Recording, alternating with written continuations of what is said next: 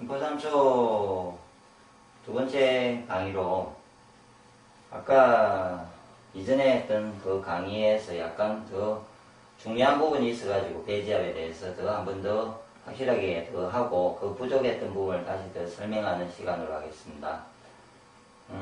일단 배지압을 보면은 어떤 부분이냐면요, 이 3초라는 자리가 제 배꼽에서 치골까지를 나누는데 정확하게 알 수 있는 방법은 배꼽과 치골을 가지고요, 이렇게 반을 나눕니다. 제하고 치골이 뼈가 있고요, 뼈가 있고 제 배꼽이 있으면은, 치골이 있고 배꼽이 있으면은 그 자리를 찾아서 중간에 점을 찍는 거죠. 이렇게 점을 찍으면은 그 조금 위에 부분이 쌓인다는 거죠. 이해되시죠? 이렇게 자르면은 그 윗부분입니다. 그 다음에는 중심에서 나눈 자리에서 위를 조금씩 올라가면서 찾으면요, 3초 자리가 어딘 건지를 쉽게 알 수 있습니다. 공으로 예를 들어서 내 중심에다가 공을 놨고요, 중심에다가 공을 놨고 조금만 올라가면 알 수 있죠. 신장 자리는 배꼽에서 지압을 한 후에 공으로 그 상태에서 조금만 내려가면은 신장이 제일 처음 아픈 데가 신장이고요. 이거는 반에서 올라가 보면은 이 신장 자리를 알 수 있을 겁니다. 그래서 이 신장 자리에 있는 이 적을 확실히 없애면 됩니다. 확실히 100%. 이거는 꼭 관리를 하십시오. 항상 쌓이기 쉽고, 내가 스트레스 받으면 쉽게 쌓이고, 풀면 또 없어지겠지만 금방 쌓이는 자리입니다. 다른 신장과 간과 뭐 다른 장부들은 그 나쁘게 하는 원인이 있으면서 그 원인에 따라서 서서히 변하고 또 없애면 서서히 없어지고 이런 과정을 거치는데, 유일하게 스트레스로 인해서 3초 자리에 쌓이는 그거는요, 누가 그날따라 확 하려면 제가 그날 누구 배를 풀어줬습니다. 그러면 그 다음날 와보면 그 사람이 쌓여있어요. 그러면 제가 무섭죠? 안다는 거죠. 그날 스트레스 있었습니까? 이렇게 알 수 있을 정도로 심하게 쌓여집니다. 그래서 건강을 하고 싶다면은, 건강을 본인이 유지를 하고 싶고 계속해서 내가 건강하고 싶다면은 심포삼초에 대한 부분을, 이거를 이제 상하라고, 옛날에 김춘식 씨라는 오인생식 요법을 만드신 분이 이름이 없었는데 상하라는 거를 그냥 이름을 지었습니다. 그래서 제가 상하라고 하는데, 혹시 이후에 제가 상하라고 해도 심포삼초라는 것을 이해를 해주시고요. 이 심포삼초 경락이, 상하가 기운이 잘 통해져야 사람은 1차적으로 아까 생명력이 제대로 돈다는 겁니다. 그래서 제가 다시 한 번 더 강조를 드리면서 이 부분을 꼭 푸시라고. 본인이 스트레스를 받았다, 아니면 자기 집에 어머니나 가족 중에 누가 많이 스트레스를 받았다, 그럴 때 어디 다니는데 되지 않는다 고민하지 마시고 일단 이 자리를 어떻게든 풀어보시고, 그래도 되지 않으면 저한테 연락을 하십시오. 그럼 제가 해결해 드립니다. 근데 분명히 이거를 풀면 나면은 웬만하면 해결이 되게 되어 있습니다. 직접 해보시면 압니다. 지금 이제 뭐 다음에 안면 공조 카페를 제가 다른 사람이 이제 운영하는 데가 있는데요. 거기다가 제가 배지압을 이야기를 해서 요즘 그쪽에서 많은 사람들이 배지압을 직접 하면서 체험들을 올리고 있는데, 제 말대로 해가지고 좋아지고 있다고, 고맙다고, 뭐 30일, 40일 뭐 이렇게 꾸준하게 하면서 암이농조도 해결되고 다른 증상, 막 자기가 알고 있던 증상들도 좋아지고 있다고 하는 걸 올리고 있습니다. 그렇기 때문에 네이버 카페에 하늘건강법에서도 그 글과 동영상을 보시고 좀 제대로 해보시고 좋아지시면 글도 좀 올려주셔서 다른 사람들도 좀 도움이 되게, 누가 해본 사람들은 좀 경험들을 올려주시기 바랍니다. 분명히 확실히 됩니다. 안 되면 제가 풀어드리겠습니다. 그 다음에 그렇게 해서 꼭 풀어야 됩니다. 그리고 한 가지는 이제 제가 더 짚고 넘어갈 거는, 다시 이야기하는 거는, 혹시 전쟁을 통해 가지고 내가 폐허가 된 도시가 있다면 어떻게 합니까? 아니 이동을 하든지 아니면 그 동네를 다시, 그 도시를 다시 복구를 해서 살아야 되지 않습니까? 인간의 몸도 마찬가지거든요. 근데 사람들은 감정에 대해서, 이 심포삼초에 대해서 이해를 못 해가지고, 한번 내가 스트레스를 받고 나면은 어디 다치면은 치료하러 갑니다. 삐어도 맞죠, 고치러 가잖아요. 근데 내가 스트레스를 세게 받으면은 그건 당연히 뚫어야 됩니다. 해결을 해줘야 됩니다. 그게 배지압이든 음식의 떫은 맛이든 하여튼 어떤 식이든 내가 원상태, 그 마음 상태, 그 컨디션까지 돌아올 때까지 빠른 시간 내에 돌려줘야 됩니다. 왜 그러냐면은, 보십시오. 이만한 기운이 있는 사람이 있습니다. 이만한 기운이. 그래서 스트레스를 받기 전에는 그래도 조금씩 스트레스는 있겠지만, 그럼 이 정도는 있었다 칩시다. 최고로 에너지를 쓸 수 있는 정도인데, 대부분은 조금은 가지고 있을 때 이 정도인데, 그 사람이 왕창 스트레스를 받아서 이것만 쓰고 있습니다. 이제. 그러면 기가 다 있는 길이 이렇게 막혔단 말이에요. 그런데 내가 고민이, 스트레스라든지, 예? 고민이 있다가 해결이 되었어요. 예? 해결이 되고 나면은 이게 다시 이렇게 원점으로 돌아갈 것처럼 보이는데, 이게 푹 뚫려야 되는데, 그럼 원래대로. 뚫리지 않는다는 거죠. 계속 그대로 있습니다, 이거는. 내가 자극을 해주지 않는 이상은. 복구를 하지 않는 이상은 그대로 있다고요. 그럼 이 사람이 스트레스를 강하게 받아서 이렇게 한번 강하게 받은 일이 있다고 칩시다. 이 사람이 한 달을 지내봅시다, 그냥. 이대로. 예를 들어서. 그러면서 어떤 사람이 1년씩 갑니다. 이렇게 쭉 가잖아요. 근데 보통 한 달만 지내도 어떤 이런 결과가 나오겠습니까? 제가 이만한 에너지를 쓰고 있던 사람이 이만큼만 써야 되면은, 그러면 내가 활동량이 평상시에, 그러니까 내가 쓸 수 있는 양이 적기 때문에 내가 활동량을 줄이든지 생활량을, 일을 줄여야 된다는 거죠. 그러지 않는다면은 평상시에처럼 행동을 한다는 것은 이만큼만 생산을 하면서 평상시처럼 많이 쓰기 때문에, 그러니까 소비는 그대로 있는데 생산은 이만큼 하고 있다가 생산이 줄었다는 거죠. 이만큼 내가 하루에 생산하는 양이.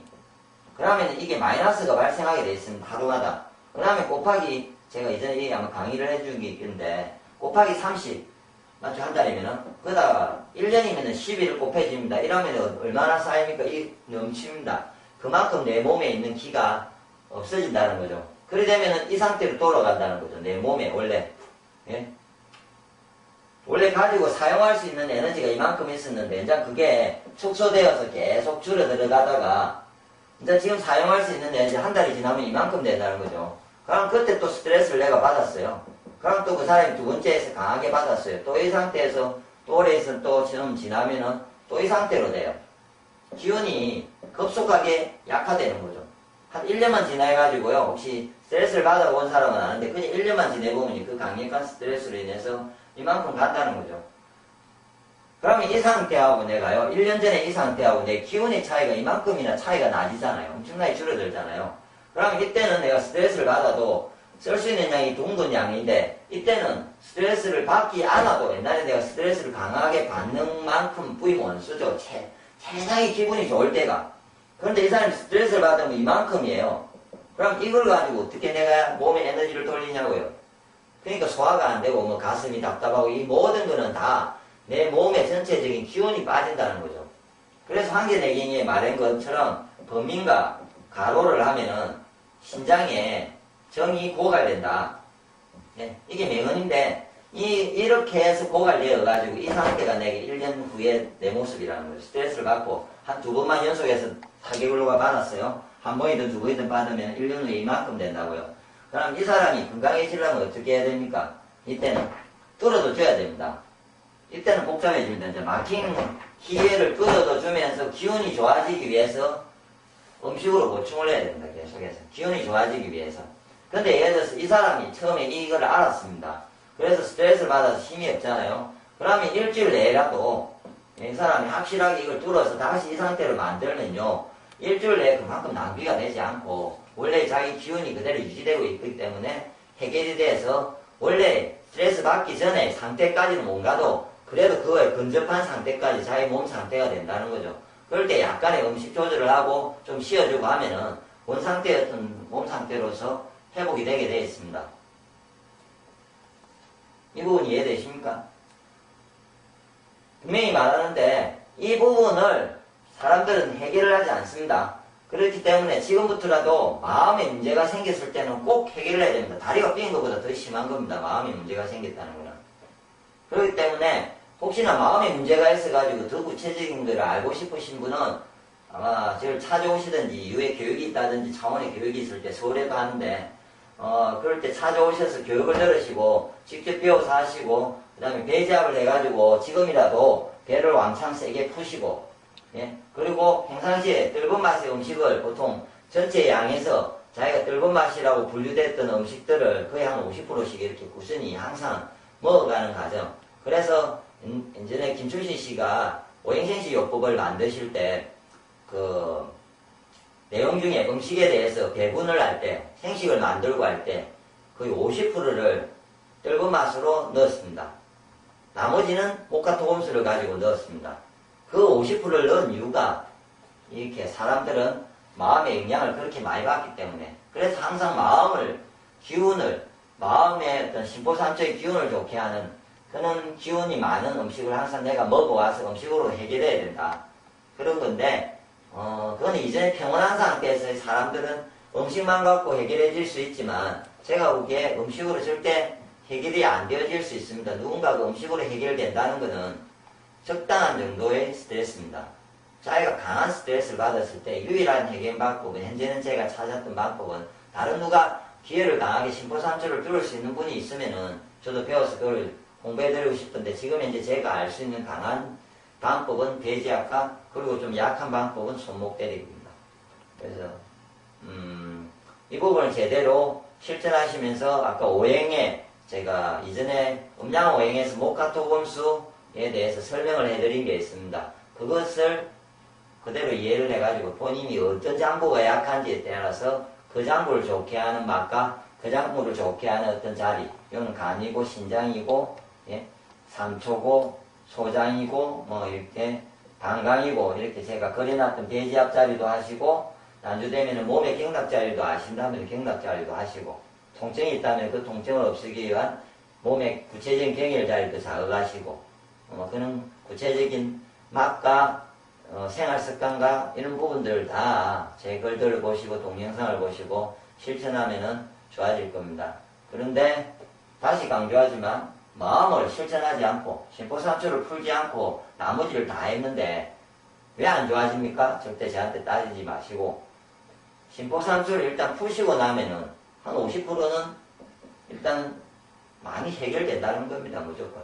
딴 걸 예를 들어서 모카토금수를 풀지 않아도 상하를 풀어나면은, 제가 보기엔 현대인들은 거의 자기의 어떤 모든 증상들이 대부분 완화, 통증도 완화, 증상도 완화, 예? 편해지고 건강해지고 이런 과정을 거칩니다. 그런데 이걸 하지 않고 나머지 거를 아무리 열심히 해도 50%를 하지 않았기 때문에 힘들지 않습니까? 그래서 그 부분에 대해서 정확하게 다시 한 번 더 심포삼초에 대한 앞에 강의도 한번 보시고, 제가 써놨던 그 오행공부방에, 하늘건강 카페에 오행공부방에 가면 심포삼초에 대한 글들, 마음이 왜 중요한지에 대한 글들이 있기 때문에 제발 그 글들을 정확하게 이해를 하시고 그 부분을 실천을 해서 그 부분을 해결할 수 있는 생활 습관과 마음을 가지시기를 바랍니다.